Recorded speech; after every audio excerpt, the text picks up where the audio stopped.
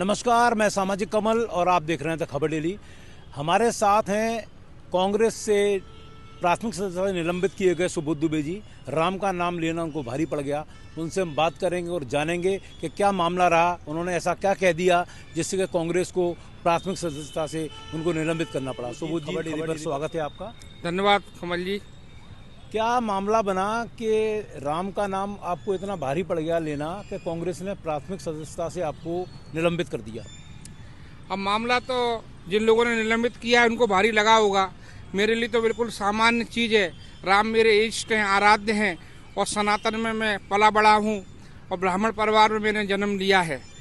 मैं शुरू से ही राम नाम का उपासक रहा हूँ और यही बात मैंने एक अखबार को दिए इंटरव्यू में कह दी कि मैं तो राम मंदिर और रामलला की जो मूर्ति स्थापित हो रही है उसके पक्ष में हूँ और ये चाहता हूँ कि कांग्रेस के वरिष्ठ लोग, वरिष्ठ नेता भी उस कार्यक्रम में भाग लें, क्योंकि ये देश सत्य सनातन संस्कृति का है और इस संस्कृति के बिना हम अपने दल को जन सामान्य तक नहीं पहुँचा सकते हैं। क्या कारण है कि राम मंदिर के ताला खोलने का जो कांग्रेस कहती है कि राजीव गांधी ने ताला खोला और जब मंदिर भव्य बन गया तो वे वहां नहीं पहुंचे? क्या समझते हैं इसके बारे में? जहाँ तक मैं समझता हूँ ये एक वोट की राजनीति है। किसी एक वर्ग विशेष को खुश करने के लिए कांग्रेस ने उससे किनारा कर लिया और उसके जो नेता मंदिर में जाना भी चाह रहे थे, इस कार्यक्रम में भाग लेना चाह रहे थे, उनको भी कहीं ना कहीं मन मार के कार्यक्रम से उन्होंने दूरी बना ली।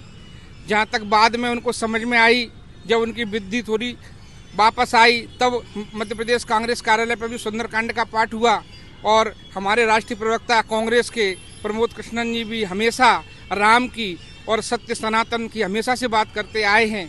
पर कहीं ना कहीं वोटरों के तुष्टीकरण की नीति को लेकर उनको ये लगा कि हमको इस कार्यक्रम से दूर रहना चाहिए, जबकि मंदिर का ताला जैसा आपको मालूम है राजीव गांधी जी, स्वर्गीय राजीव गांधी जी के कार्यकाल में ही खुला था। फिर भी वो उससे दूर हो गए। उन पर कहीं ना कहीं वोटों की राजनीति का दबाव और एक ऐसी मानसिकता के दबाव में नेतृत्व काम कर रहा है जो सनातन के विपरीत जाती है। क्या लगता है अब आप कांग्रेस में अभी हैं, निलंबित हैं, कांग्रेस आप रहेंगे, कांग्रेस छोड़ेंगे, क्या कहेंगे इस बारे में? आदरणीय कमल जी, जहाँ तक मैं समझता हूँ एक 15-20 सालों का साथ आपका, मेरा और मीडिया का राजनीतिक क्षेत्र में रहा है। इससे पहले मैंने लगभग 25 से 30 वर्ष भारतीय जनता पार्टी की राजनीति करते हुए बिताए।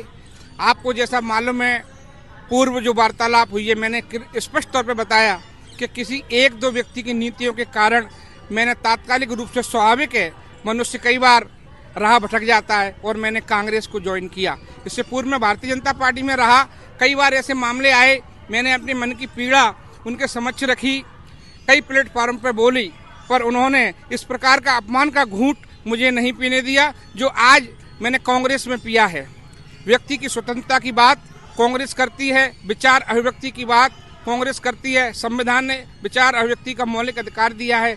मैंने सिर्फ राम मंदिर जाने की सलाह नेतृत्व को दी। एक सच्चे कार्यकर्ता होने के नाते ये उनको नागवार गुजरा और इससे मुझे बड़ी पीड़ा हुई कि मैं भारतीय जनता पार्टी में इतने समय रहा, मैंने बहुत सी बातें दल के हित में कही, पर उन्होंने इस प्रकार की कार्रवाई नहीं की। इस कार्रवाई के बाद मैं अब कांग्रेस में काम नहीं करूंगा। सुबोध जी का साफ साफ कहना है कि जिस प्रकार वे भारतीय जनता पार्टी में जब रहे तब भारतीय जनता पार्टी के प्लेटफॉर्म पर उन्होंने कई बार बेबाकी से बातें कही। बेबाकी के लिए वे मशहूर हैं, जाने जाते हैं, लेकिन भारतीय जनता पार्टी ने कभी इस तरह से उन्हें अपमानित नहीं किया जो कांग्रेस ने किया। अब वे साफ साफ कह रहे हैं कि वे कांग्रेस में काम नहीं करेंगे। सुबोध जी का एक इंटरव्यू बड़ा चर्चा में आया था जब उन्होंने कहा था कि मैं राम का भक्त हूँ, मैं सोनिया गांधी का गुलाम नहीं हूँ। उसके ऊपर उनके ऊपर यह अनुशासनात्मक कार्रवाई कांग्रेस ने कर दी। हमने सुबोध जी से बात की, उनका साफ कहना है कि वे कांग्रेस में काम नहीं करेंगे।